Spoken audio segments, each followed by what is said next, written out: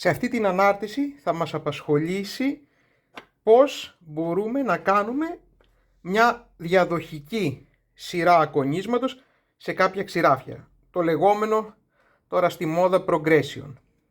Για κάποιον που έχει πάρει ένα πολύ καλό ξηράφι, έτοιμο για ξύρισμα, όπως είναι αυτό εδώ, το παλιό αλκόσο, ας το δούμε και λίγο, όμορφο είναι, δεν πρέπει να τον απασχολούν καθόλου όλα αυτά τα πράγματα. Χρειάζεται μόνο μία καλή πέτρα φινίρισματος, είτε φυσική είτε συνθετική.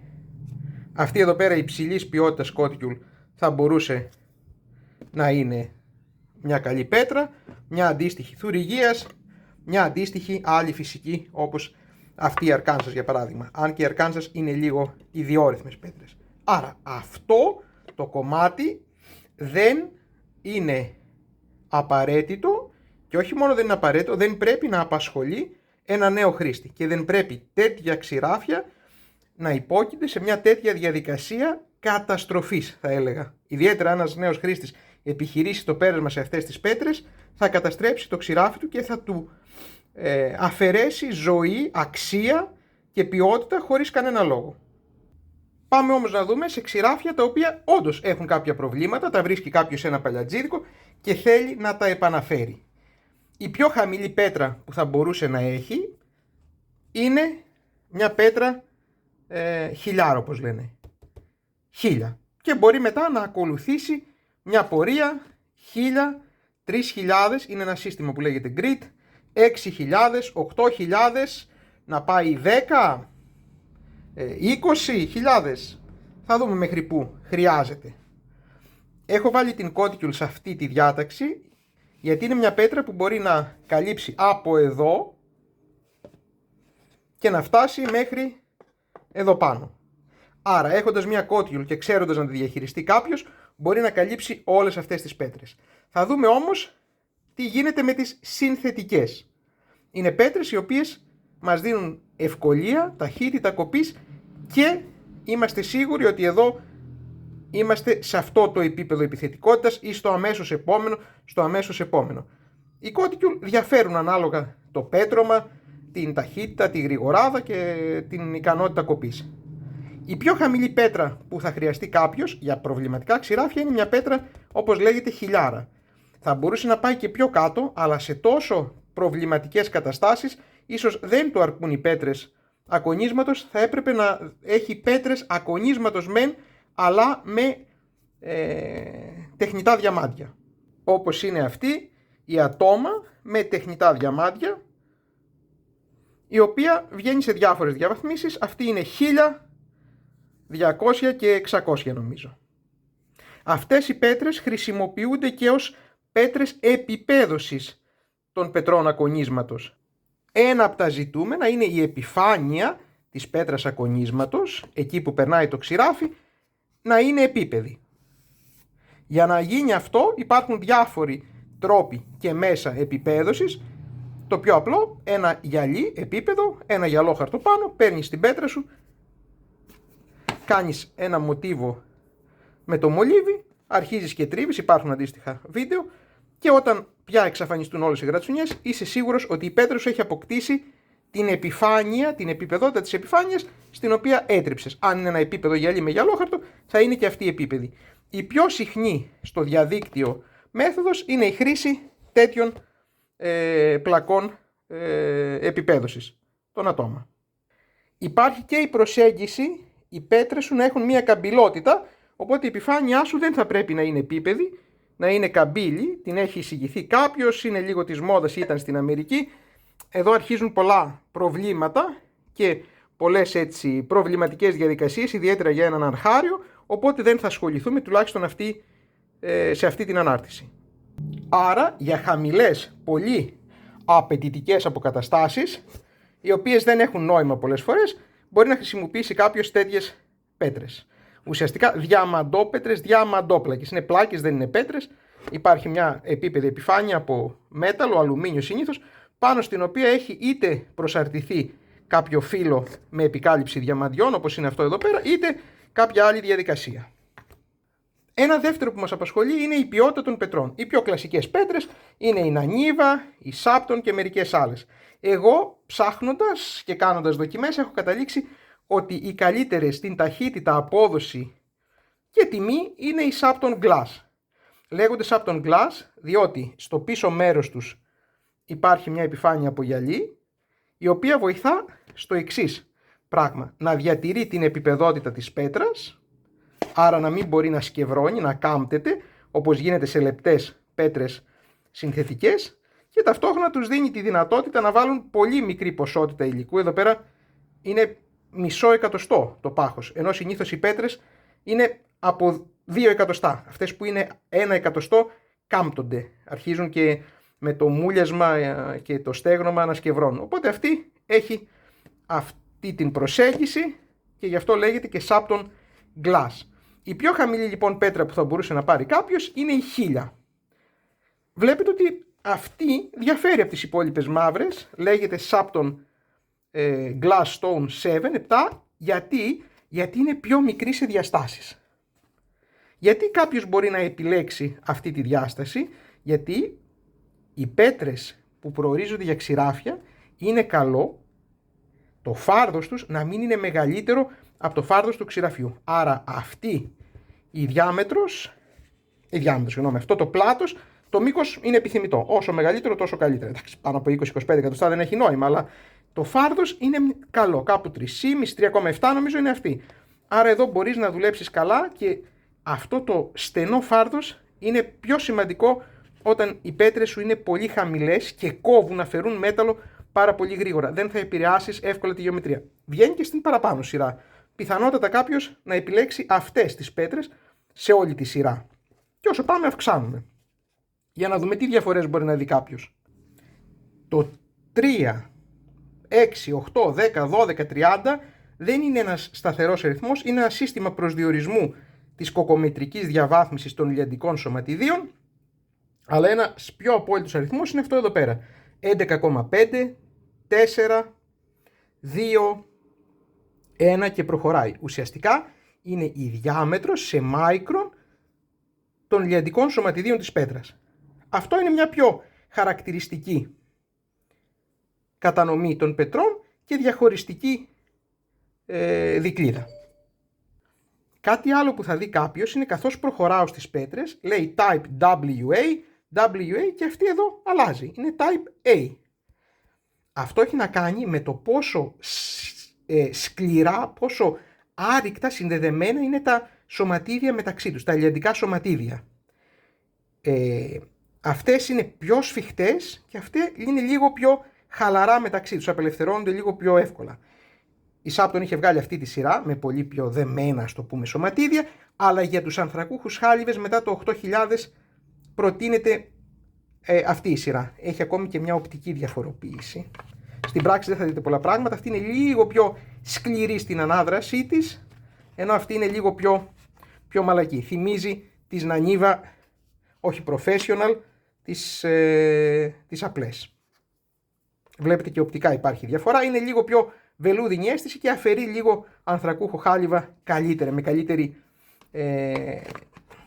συνέπεια. Δεν υπάρχει διαφορά όμως που μπορεί να σημειωθεί. Για να δούμε δύο πράγματα για αυτά. Τα 2, 3, 5, 8 και θα προχωρήσουμε. Όπως μπορεί να θυμηθεί κάποιος από τα βίντεο με τη Scotticule, οι πέτρες έχουν ένα συγκεκριμένο σχήμα και μέσα σε αυτές υπάρχουν τα σωματίδια που αφαιρούν το χάλιβα, τα ηλιαντικά σωματίδια. Έχουμε πει για τη μορφή τους κτλ.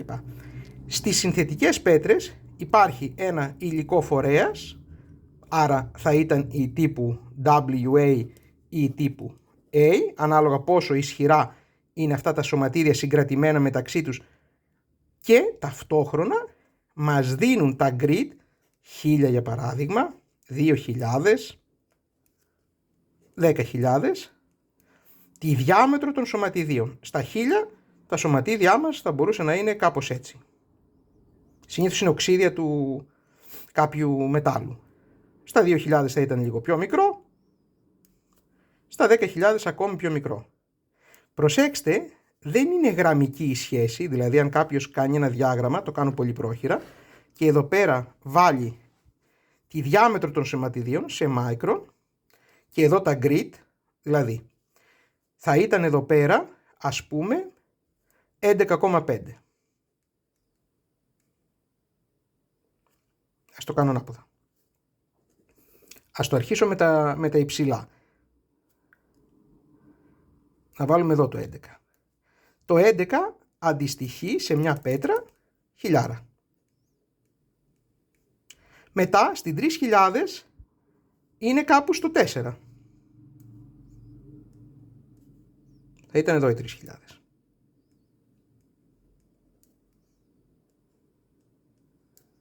Μετά στο 6000 όπως βλέπω είναι στο 2. Εδώ είναι το 4. Σε μάικρον.